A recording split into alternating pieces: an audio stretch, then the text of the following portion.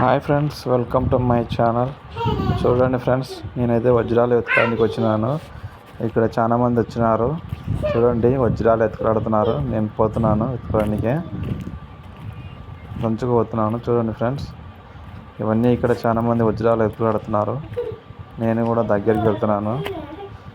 చూడండి ఫ్రెండ్స్, ఎలా ఉంది ఇదల్లా లొకేషను.